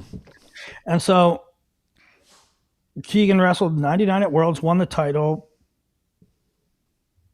and he just hit a growth spurt. He looked not himself at 113 at Ironman, and I don't think those results are indicative of how good of a wrestler he is. I just think he's growing, and 113 was hard to hold, and I talked to Bill Bassett about it and said, yeah. He said, yeah, he won't be 113 any longer. And so he didn't wrestle Beast. I think he's just let him grow, let him get acclimated to the weight, settle back in. I think you'll see him 20, 26 going forward. But yeah, so 106 at Powered went Cooper Deputy, who's now the new number one. By the way, sorry, one quick final college note before we talk high school. Braeden Davis pulling the Undertaker meme. A day after Nagao medical forfeits out of the Scuffle, he goes 4-0 at the, Kaufman Open or something. Yeah. At 141, looked good. I don't know what the plan is moving forward if Nagao is seriously... I think it's going to be Braeden Davis. I do too. He looked good. You're going to tell me that he didn't wrestle the best of competition. That's fine. But he got 2 majors, 2 falls his first time up at 41. And I know Willie doesn't always like to give people the credit when they beat the guys they should beat. But for his first time up in weight, I thought he looked fine at 141. No. I think Davis is a strong... I thought it was going to be Davis before the Scuffle, before Nagao. Yeah. I think I said it on the show. I think it's going to be Davis. Now, I will say this. I don't think it would be a horrendous idea. This sounds crazy. I don't think it would be. I don't think Nathan Desmond would be a bad option. I really don't. And for those in the chat asking, he wrestled unattached yesterday, so he did not pull his red shirt by competing in the Kaufman Open. No. All right. Yeah. So 141 is interesting for Penn State. I mean, you look at Nate and Desmond, and it's like, on one hand, you're not going to be ideal at 41, probably, but when are you going to be ideal? Right. 125 is a real hard pull, and Lillidahl looks to be there for all 4 years. What weight's Blaze going to go next year? If Blaze is going to go 33 next year, then you're going to have to settle in at 41 anyway. If he's not going to go 33, then you can go down to 33, sure. I just think with all the lineup uncertainty and availability, I think if Desmond is competing well with Davis, or Davis wanted to preserve his red shirt, Davis came in, wrestled as a true freshman, kind of wanted the red shirt. 133 the next year, kind of wanted the red shirt. He didn't. This year, he's going to red shirt, now the Galliser. Are we going to have a third year where Davis is going to red shirt and then he's not? It'll be interesting to see. So the next couple of opponents for Penn State are Rutgers and Iowa. So Joey Oliveri and then Nasir Bailey. It'll be curious who Penn State throws out there at 41 these next couple of duels. Yeah. I'm just saying, I guess my point is, I don't think it's totally outlandish if you entertain the idea of Desmond either. All right, Powerade. Cooper Deputy wins over a ranked Max Quarry. Cooper Deputy, the new number 1 in the country after Araya Mills moves up to 113. 114, they have weird weights in PA, so if you're hearing weird stuff, it's because of the weights. Chase Karenbauer, who had a little bit of an off Super 32, wins a really tough Powerade weight. Braeden Loitier was the runner-up, a Bucknell commit. Shiloh Joyce third, Charlie Esposito fourth. Landon Seiden, number 1 ranked wrestler at 121. He wins over JoJo Burke. Mateo Gallegos, a sophomore. I think I would not be surprised if Penn State is looking at the 2 wrestlers from Dubois, Mateo Gallegos and Kendall Orr. Just keep that in the back of your mind. Little golden nugget. Gallegos beat Brock Rothermel, so really great bracket there. Paul Kenny beats Max Dingus in the finals. Dingus beat Dom Deputy previously. Will Dieter over Kevin Moyler. I tell you what, keep an eye on Kevin Moyler. I mean, the kid is just all over the map. He's a ranker's nightmare. He'll register for Super 32 at 98 pounds. Not really, but he'll register for a weight that's 3 weight classes too light for him. I don't know why. And then he'll wrestle on. But he's all over the map. But when he's on, he's on. Makes the finals here, loses to Dieter. Yandel Morales took third. It's a really, really solid weight class. Jax beats Carson Brown 20-13 in a really, really fun matchup. Tyler DeCraker, who won Super 32, was upset by Blair Academy's Ryan Rios, but DeCraker comes back and takes third. Another really good bracket. DeCraker in the third place match over Camden Baum, a Purdue recruit. Dale Corbin was fifth, and that the Rios upset over DeCraker kind of hurt Corbin's placing, because then DeCraker beats Corbin, and you're like, ooh, Dale Corbin's ranked 5th in America, and he took 5th in this tournament. But that's why the DeCraker upset. Matty O'Neill over Weston Borgers. Borgers beat Iowa commit Bobby Duffy earlier in. And this is a really great bracket, too. O'Neill over Borgers. Tyler Traves, a Cornell commit, over Grayson Music. In the third place match, Music, Stanford commit. Bobby Duffy did take 5th over another Purdue commit, Drake Hoyman. Charlie DeSena won 152 over Jason Doobie. Michael Turry was third. Melvin over Zeno Moore. This was at 160, 16-4.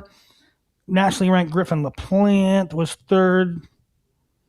Good bounce back tournament for Max Fortier. Max Fortier from West Virginia, committed to Virginia Tech. He won NHSCA's as a freshman, as a sophomore. Didn't have a great Super 32. Didn't have a great something else. But this is a good indication for him. It's a good bounce back for him. He beats Gage Wenzel in the bracket, also with Titus Norman, Mason Horwat, David Perez, Lucas Bowe. I mean, Lucas Bowe was seventh here. Really great back. Salas Sarni from Blair, Air Force commit, beat Dom Sampolik a week after Sampolik beat Sarni at Beast of the East. Mario Hutcherson were third. Kai Calcutt, good bounce back. Kai Calcutt, NC State commit, did not have a good Ironman. Wins Powerade over Tyler Palumbo and Satoshi Davis, who was Fargo champ.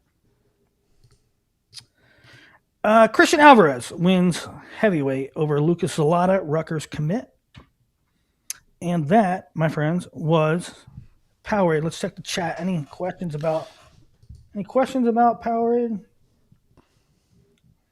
Nope. Doesn't look good. One thing about there's a question about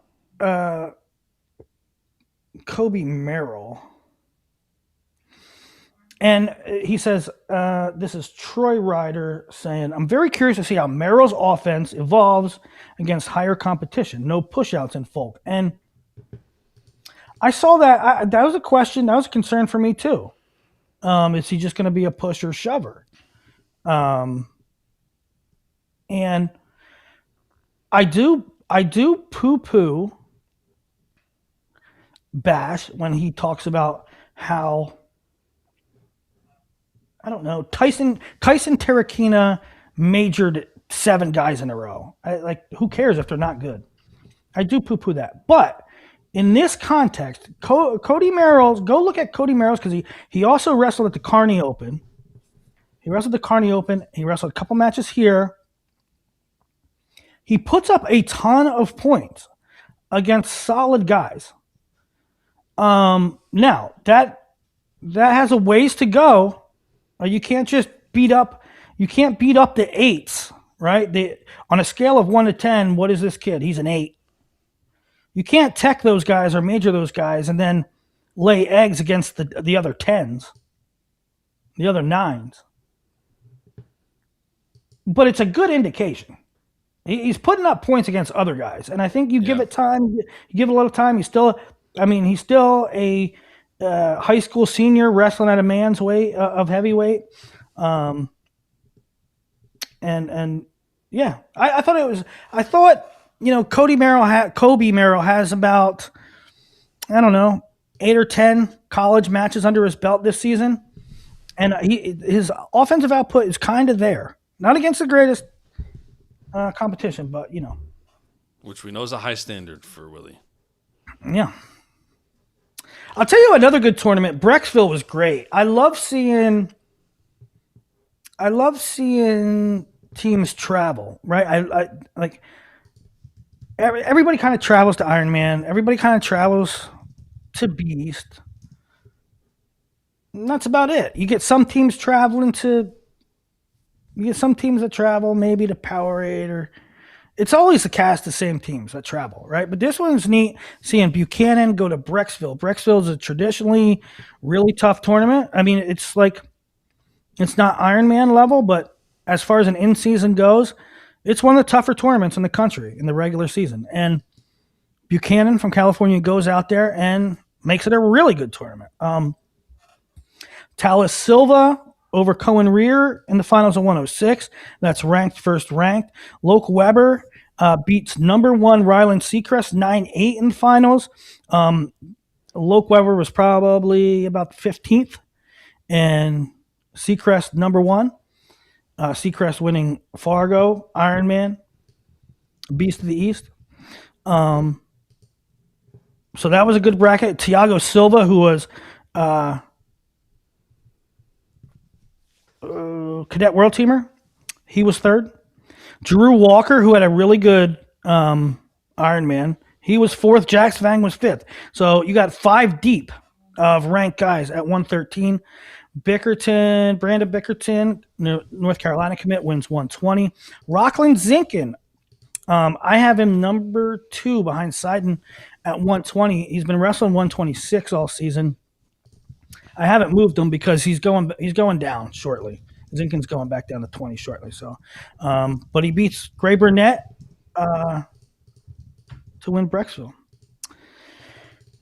Paul Ruiz, Fargo finalist from Buchanan, over Michigan State commit Nick Sorrow at 132, 138. Bodie Abbey upset Cadet World Teamer Ashton Besmer. So Bodie Abbey, a guy that doesn't get a lot of shine, but he's pretty good. Uriah Lopez, just a sophomore, he took second ahead of Besmer, who beat Maryland commit Liston Siebert. So 4 really good guys in that bracket. Mason Rohr over CJ Huerta, Princeton commit, who was also a Super 32 placer. What else? Cosby over Arias at 157, both nationally ranked guys. Jake Hughes beat Elias Guerra in a reversal of an Ironman result. And really, 157 was pretty damn deep. The top 6 have all been ranked at some point, and even the 7, Cameron Bettel of Elder, he's a really good freshman. Drew Morrow, he'll be Division I guy. He was 8th. Joel Welch over Zach Aquila. I think that was also a reversal of a Ironman result. But really good the upper weights weren't so strong, but really good group at Brecksville. That's all I got. It looks it. We definitely need more high school talk on the show. We get comments that this is the number 1 high school wrestling podcast because of you. So need some. We're gonna be consistent with the high school talk because it is important. Yeah, and I think there's different audiences. It's always a struggle for me to I want to do one of 2 things. I like the college audience. The guys we got here at Bash in the Brain are to me, they're really college centric, and I think I put some guys to sleep with some of the high school talk. But then you get people asking for the high school stuff, and I don't want to disenfranchise from the guys because a lot more people come listen to the show for college nuggets and college thoughts and senior level stuff and recruiting and stuff, and I don't want to bore them with some of the finer details of high school stuff, but I also don't want to ignore it totally. But so should I do a show that just talks about high school stuff and do that on the side? I don't know, but I could talk high school. I could talk for days. Well, that's why it's good to do even this at the end of the show. Like if you just want college nuggets, tune out. If you want more, you got more. So we'll definitely. I don't know about you, but I have not really previewed the weekend yet, so we'll likely have to do a show like Thursday to preview the weekend.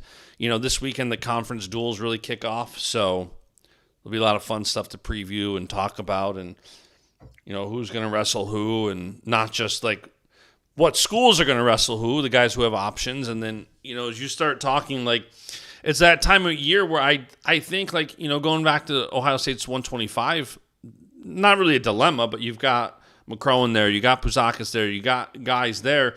Do you start wanting those guys to get head-to-head wins for seeding for the end of the year? So it'll be interesting. So we'll look at we'll spend the next couple of days looking at who's competing this weekend or what schools are slated to compete this weekend and kind of look at it from there. Yep. And then I did like the comment. We read all the comments. So if you guys have suggestions, comment them, tweet them. Somebody asked, 2007 Lover Forever said, can you guys do an all-freshman team from 125 to heavyweight? I love that. We're definitely going to do that. It's in our show. Yeah, it's in our show notes. It's in the doc.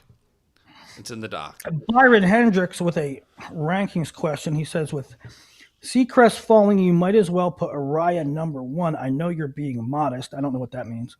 Why am I modest? What does modest mean? If there's one thing Willie is, modest is not. Well, I don't know how does me ranking anybody anywhere mean that I am modest? Anyway, let's be real. Who will challenge him? No, I don't agree whatsoever. If you told me that Araya Mills beat Ryland Seacrest, I am not shocked or surprised. However, from a ranking standpoint, no.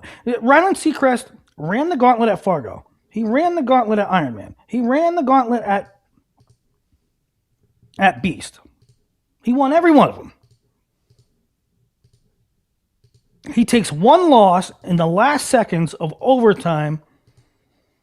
That doesn't mean that Araya is number one. You know Araya lost, right? You know Araya has taken losses at 113. I'm not saying that it's absurd. I still have Araya 2 or 3 in the country, but I'm not moving Seacrest because of one overtime loss. Not when Seacrest has the body of work he has, and Araya too has losses. He lost at Elite 8 duels, so no.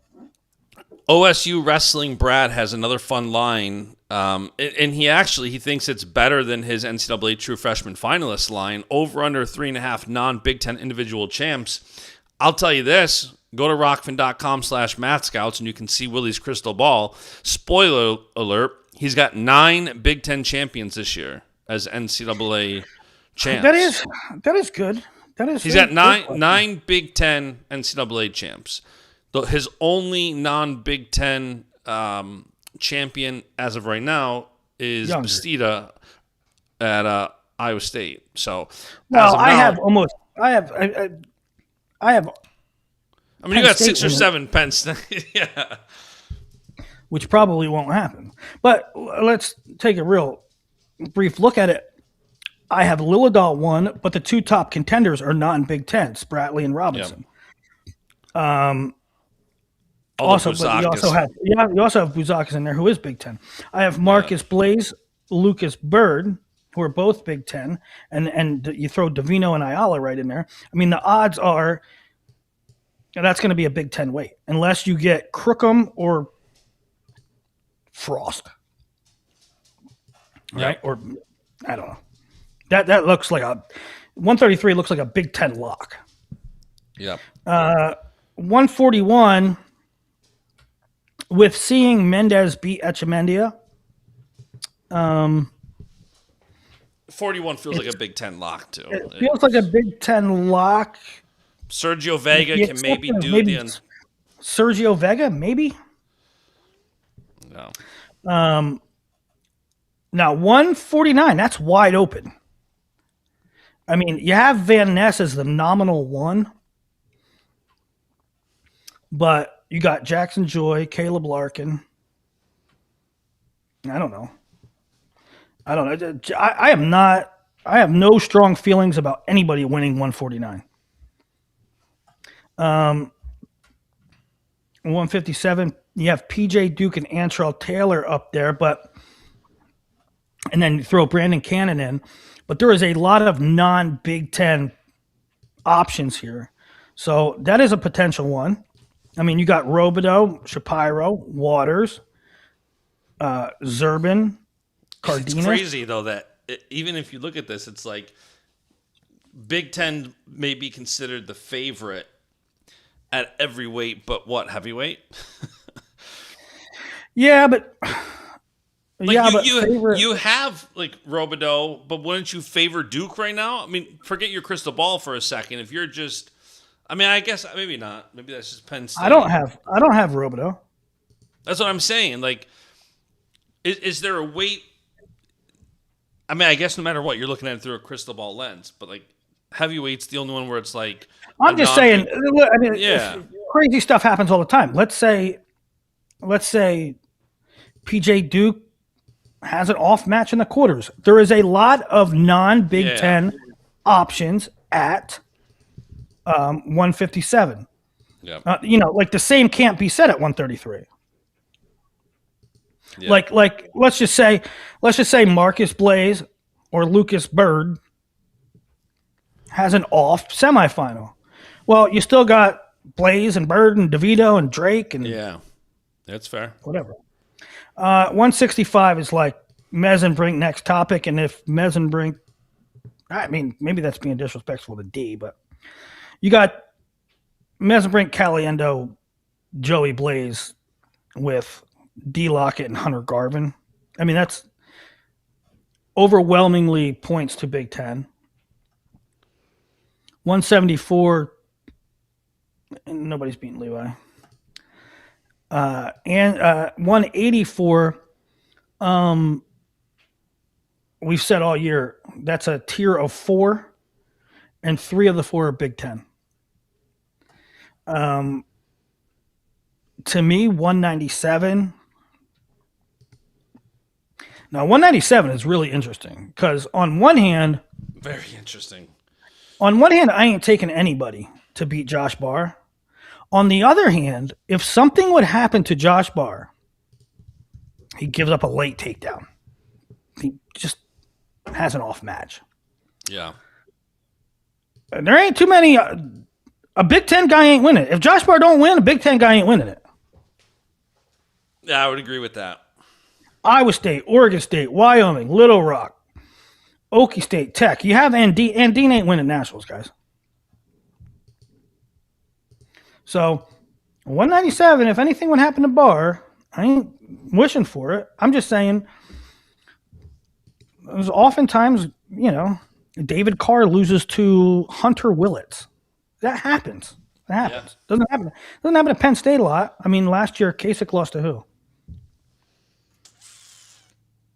Kasich lost to Blaze. Joey Blaze. Right? I mean, and then heavyweight's another good option for the field. Not that it can't be done. It could be done by AJ. It could be done by. Can it be done by Feldman? Could it be done by Keeter? Feldman would have to have a hell of a tournament. Feldman, with where he's likely going to be, I don't know. I mean, so 3.5. Over or under 3.5. I'm saying under. It'd probably be, that's a probably a good line. I'd probably take under, but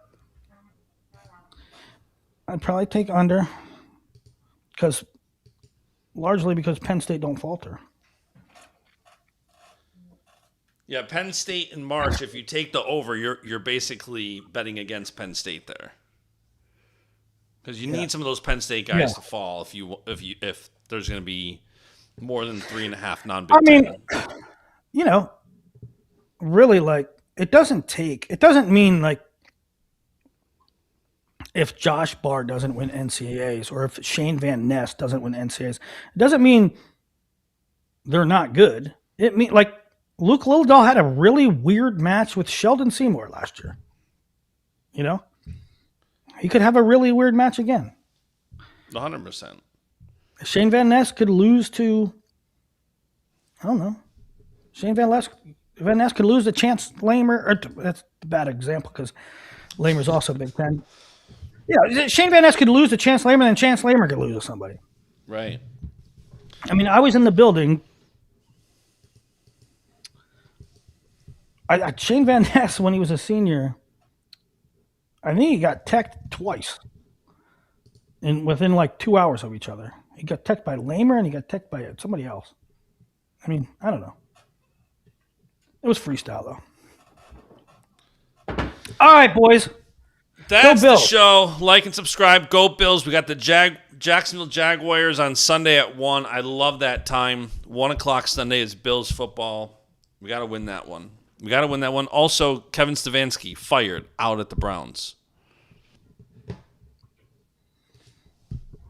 Maybe Deion's a coach. And Tim Waltz resigning. No, he's not. Not running for... he just dropped out of the governor's race from Minnesota. Why? He's doing so well. Nick Shirley ended him. All right, that's the show. Do good. Right. God bless. Go Bills.